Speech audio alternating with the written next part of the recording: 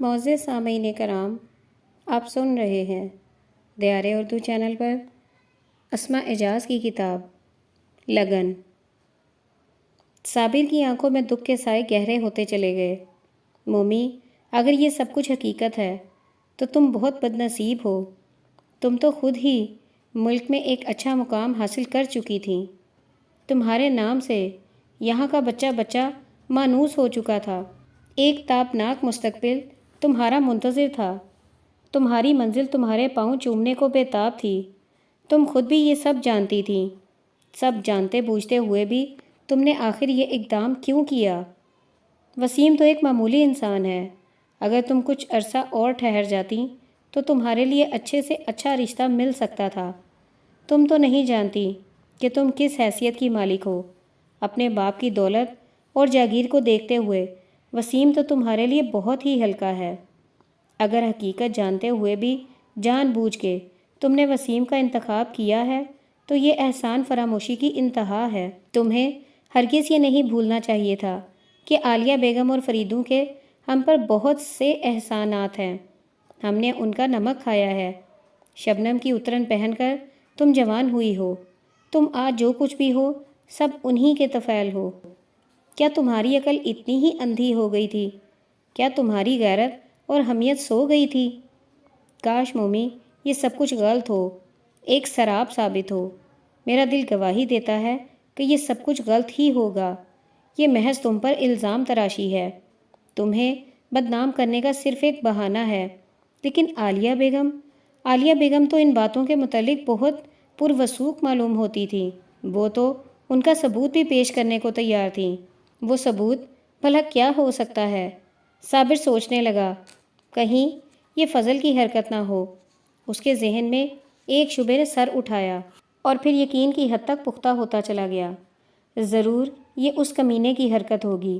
مومی کی بدنامی سے وہ فائدہ اٹھانا چاہتا ہوگا۔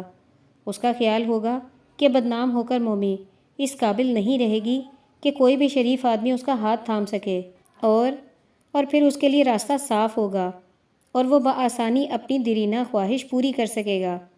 صابر کی پیشانی شکن آلود ہو گئی۔ نہیں، میں ایسا نہیں ہونے دوں گا۔ مجھے یقین ہے کہ یہ مومی کے خلاف سازش کی گئی ہے اور اس میں فضل کا بڑا ہاتھ ہے۔ اس نے مومی کو ہر قیمت پر اپنانے کی دھمکیاں بھی تو دی تھی۔ میں اس کی اسکیم پر پانی پھیر دوں گا۔ مجھے لیاقت آباد جا کر خود پر قابو رکھنا ہوگا۔ تمام حالات کا بڑے ٹھنڈے دل سے جائزہ لینا ہوگا، اور اگر یہ سب کچھ ایک بہتان ثابت ہوا تو پھر فضل میرے قہر سے بچ نہیں سکے گا۔ عالیہ بیگم کے بھی کان کھولنے میں میں حق بجانب ہوں گا، اور اگر یہ سب کچھ درست ثابت ہوا تو صابر نے گھبرا کر سر تھام لیا۔ اگر یہ سب کچھ درست ثابت ہوا تو میں سمجھوں گا کہ میں اپنے فرض میں ناکام ہو گیا۔ اگر یہ سب کچھ درست ثابت ہوا تو میں سمجھوں گا کہ میں اپنے فرض میں ناکام ہو گیا، ریشمہ سے کیا ہوا وعدہ نہ نبھا سکا۔ ان حالات میں مومی کی کوئی مزید ذمہ داری نہیں سنبھال سکوں گا۔ اگر اسے دولت اور اونچی سوسائٹی کی اتنی ہی ہوس ہے تو وہ باپ کے پاس جا کر پوری ہو جائے گی۔ یہ میرا فیصلہ ہے، اور اس فیصلے میں کسی قسم کے رد و بدل کی کوئی قطعی گنجائش نہیں ہوگی۔ صابر کی سوچوں کا دھارا تھم گیا۔ اپنا لائحہ عمل ترتیب دینے کے بعد اس کے دل کی بے کلی قدرے کم ہو گئی، مگر ہلکی سی چبھن ہنوز باقی تھی۔ اس نے میز پر رکھے ٹائم پیس پر نگاہ ڈالی۔ رات کا 1 بج چکا تھا۔ اس نے بتی بجھائی اور تھوڑی دیر کے بعد بے چین کی نیند میں ڈوب گیا۔ ڈرائنگ روم کے قریب سے گزرتے ہوئے مومی چونک اٹھی۔ وہ ابھی بھی نورین اور نسرین کو پڑھا کر آئی تھی۔ کوئی بڑے مانوس سے لہجے میں باتیں کر رہا تھا۔ مومی نے دل میں خوشگوار دھڑکنیں محسوس کی اور دوسرے ہی لمحے شڑاب سے ڈرائنگ روم میں داخل ہو گئی۔ بابا، آپ کب آئے؟ ہمیں اپنے آنے کی اطلاع کیوں نہ دی؟ صابر کو دیکھتے ہی مومی کا چہرہ پھول کی مانند کھل اٹھا اور وہ یکے بعد دیگرے سوالات کرتی ہوئی اس کی طرف لپکی۔ فاروق اور عائشہ زیر لب مسکرانے لگے۔ صابر نے ایک تنقیدی نگاہ مومی پر ڈالی۔ وہی ہنستی ہوئی مسکراہٹ، وہی معصوم حسن، مناسب لباس، کوئی بھی تبدیلی وہ محسوس نہ کر سکا۔ اسے اپنے شکوک پھٹتے دکھائی دینے لگے۔ ایک لمحہ توقف کیا اور بے اختیار اسے سینے سے لگا لیا۔ اسے اپنے دل پر اختیار نہیں رہا تھا۔ مومی چاہے کیسی بھی تھی، آخر اس نے اسے بیٹیوں کی طرح پالا تھا۔ ارے مومی بیٹی، نہ سلام نہ دعا، اور صابر بھائی کے گلے جا لگیں۔ فاروق مسکراتے ہوئے بولے، بیٹی بڑوں کو سلام کیا کرتے ہیں۔ معاف کیجیے انکل، مومی شرمندہ سی ہو گئی۔ بابا کے اچانک آنے کی خوشی میں تو سب کچھ بھول ہی گئی تھی۔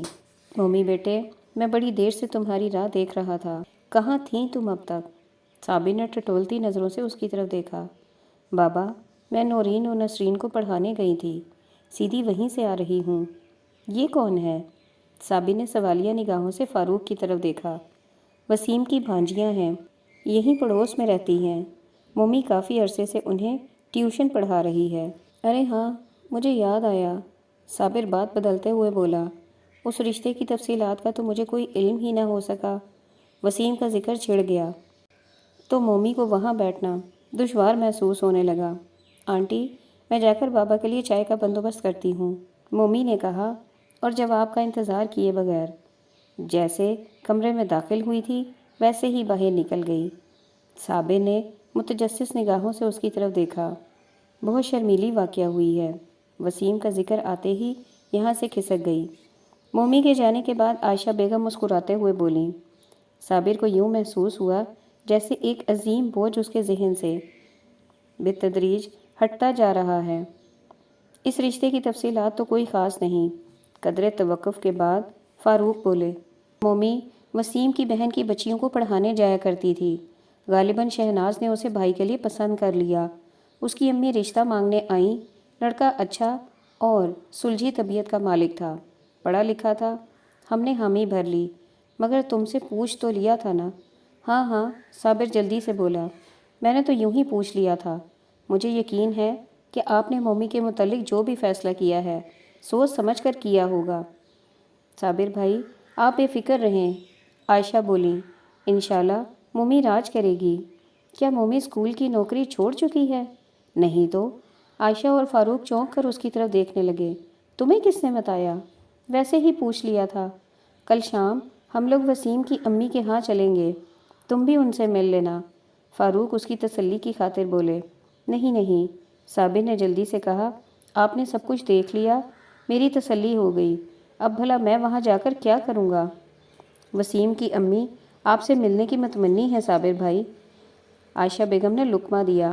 کیوں؟ کیا کوئی خاص بات ہے؟ صابر نے دھڑکتے دل سے پوچھا۔ ویسے ہی، جب رشتہ داری طے پا گئی تو میل جول لازمی ہو جاتا ہے۔ خیر، دیکھا جائے گا۔ صابر خوبصورتی سے اس ذکر کو ٹال گیا۔ رات کے کھانے کے بعد مومی صابر کو اس کے کمرے میں لے گئی۔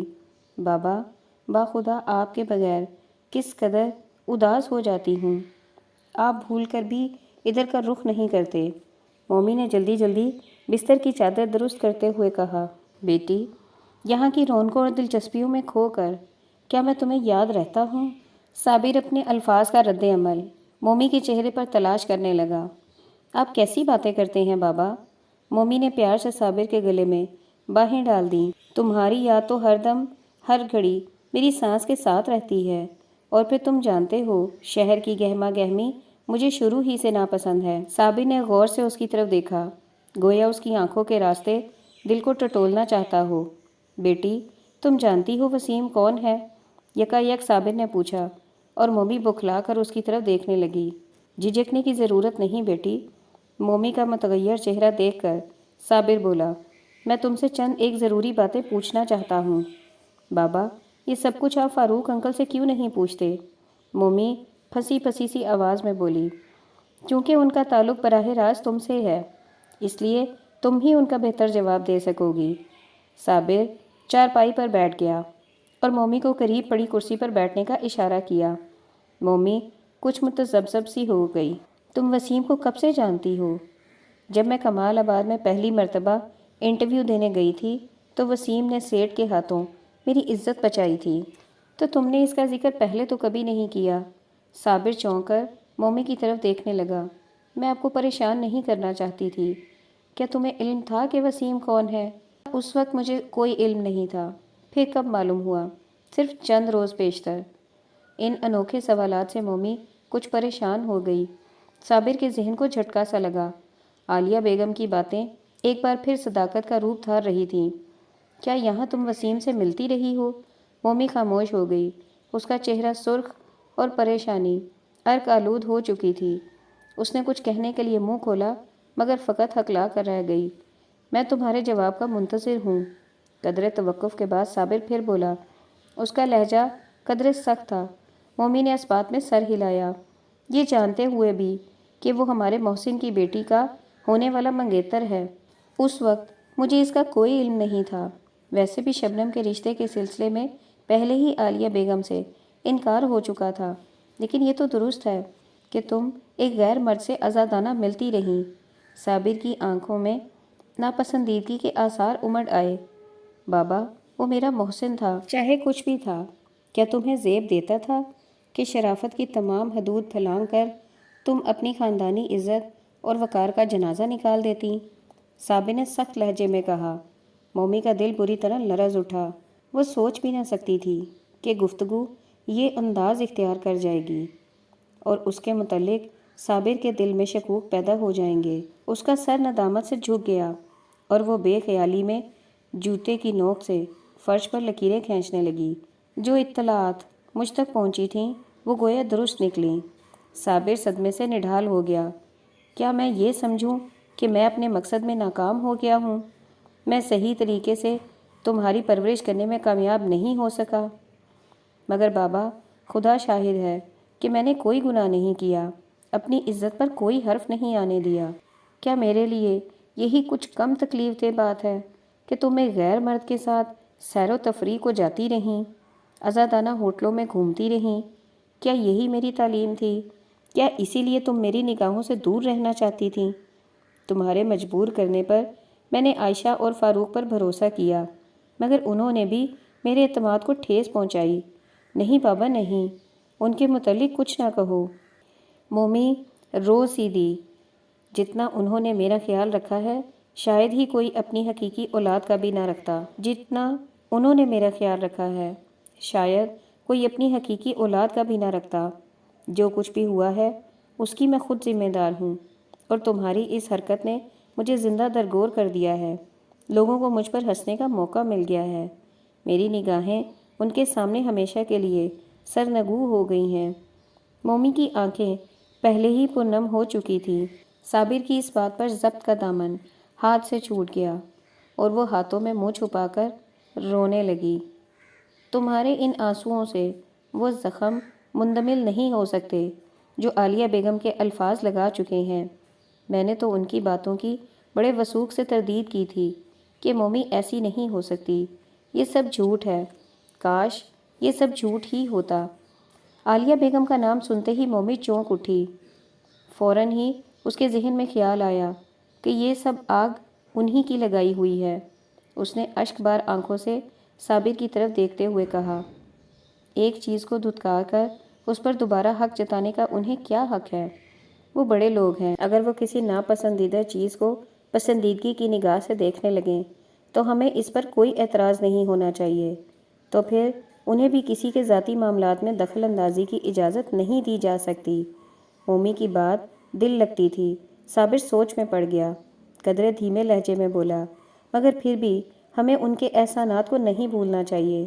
بابا، کاش یہ سب کچھ آپ نے وسیم سے پوچھا ہوتا۔ اس نے شبنم سے شادی کرنے سے صاف انکار کر دیا تھا، اور اس کی وجہ صرف تم تھی، میں نہیں، بلکہ عالیہ بیگم کی دولت اور دولت کی ہوس۔ وہ کیسے؟ وہ وسیم کو ایک کھلونا بنانا چاہتی تھیں، ایک ایسا کھلونا جسے جب چاہے دل چاہا اٹھا لیا اور جب دل چاہا پھینک دیا۔ مومی کی زبان اب بڑی روانی سے چل رہی تھی۔ بڑے لوگوں کے چونچلے جو ٹہرے۔ پہلے وسیم کو صرف اس لیے اپنے قابل نہ سمجھا گیا کہ اس کا گھرانہ چھوٹا تھا، اس کی تنخواہ قلیل تھی، اور وہ ان کی ناز و نام میں پلی ہوئی لڑکی کی روزمرہ کی فرمائشیں پوری کرنے کی اہلیت نہیں رکھتا تھا۔ مگر جب اس کی ترقی ہو گئی اور اس کا تابناک مستقبل ان کی نگاہوں کے سامنے روز و روشن کی طرح عیاں ہو گیا، تو ان کی رال ٹپکنے لگی اور انہوں نے اس رشتے کو پھر سے استوار کرنے کی خود ہی تحریک کی، مگر وسیم اب سب کچھ سمجھ چکا تھا۔ اس نے اس رشتے سے انکار کر دیا۔ ہر کوئی اپنی بہتری کے لیے سوچتا ہے، ہر کوئی اپنی پسندیدہ چیز حاصل کرنا چاہتا ہے۔ اس نے باقاعدہ بزرگوں کی وساطت سے پیغام بھجوایا۔ ہاں، البتہ اس نے میری رائے ضرور معلوم کی تھی، اور میں اتنا جانتی ہوں کہ یہ مذہباً ناجائز نہیں۔ صابر گہری سوچ میں پڑ گیا۔ مومی سے اور بھی بہت کچھ پوچھنا چاہتا تھا، مگر حقیقت حال کے پیش نظر اس نے ایسا کرنے کا ارادہ ترک کر دیا اور بات ختم کرتے ہوئے بولا، میں اس موضوع پر مزید بات نہیں کروں گا۔ تم شہناز سے کہنا کہ کل اپنی امی کو لے کر یہاں آئیں، میں بذات خود ان سے چند ایک باتیں کروں گا۔ بابا، مومی کرسی سے اٹھتی ہوئی مری مری سی آواز میں بولی۔ صابر نے سوالیہ نگاہوں سے اس کی طرف دیکھا۔ بابا، میں شرمندہ ہوں، مجھے ایسا نہیں کرنا چاہیے تھا، مجھے معاف کر دو بابا۔ اگر تم اس رشتے پر خوش نہیں ہو تو خدا کی قسم، تمہاری مسرتوں کی خاطر میں تمام عمر وسیم کی صورت بھی نہیں دیکھوں گی۔ مومی کی آواز بھرا گئی اور اس کی آنکھوں میں رکے ہوئے آنسو بہہ نکلے۔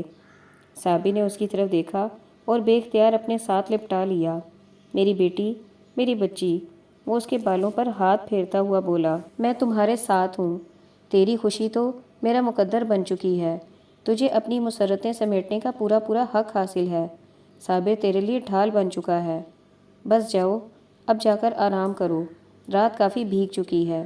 مومی نے سر اٹھایا، اس کے ہونٹوں پر ہلکی سی مسکراہٹ رینگنے لگی، جیسے رمجھم کرتی بارش میں سورج کی کرن چمک اٹھتی ہو۔ اس لیے متشکرانہ نظروں سے اس کی طرف دیکھا اور شب بخیر کہہ کر باہر نکل گئی۔ بابا، مہمان آ گئے ہیں، مومی نے کمرے میں جھانکتے ہوئے کہا، آپ جلدی سے ڈرائنگ روم میں پہنچ جائیں۔ اچھا بیٹی۔ صابر اٹھ بیٹھا۔ وہ کچھ دیر پہلے ذرا سستانے کے لیے لیٹا تھا۔ اس نے جلدی سے اپنے کپڑے درست کیے اور دھڑکتے دل سے ڈرائنگ روم کا رخ کیا۔ کمرے سے خوب ہنسی مذاق کی آوازیں آ رہی تھیں۔ صابر نے آہستہ سے دروازے کا پردہ اٹھایا۔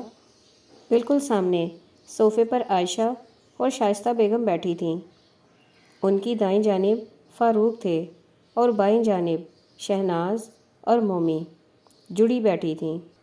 فاروق کی کسی بات پر سبھی ہنس رہے تھے۔ السلام علیکم، صابر پیشانی پر ہاتھ اٹھا کر بولا اور دھیرے دھیرے چلتا ہوا فاروق تک پہنچ گیا۔ شائستہ بیگم نے ایک نگاہ اس پر ڈالی اور اس کی آنکھوں میں حیرت کے آثار امڑ آئے۔ آؤ آؤ صابر بھیا، ادھر میرے ساتھ بیٹھو، فاروق نے اسے اپنے پاس ہی جگہ دیتے ہوئے کہا۔ صابر، تم یہاں کیسے پہنچ گئے؟ شائستہ بیگم ہنوز حیرت میں ڈوبی ہوئی تھیں۔ شائستہ بیگم، کیا آپ صابر بھائی کو جانتی ہیں؟ صابر کے بولنے سے پہلے ہی عائشہ نے پوچھا۔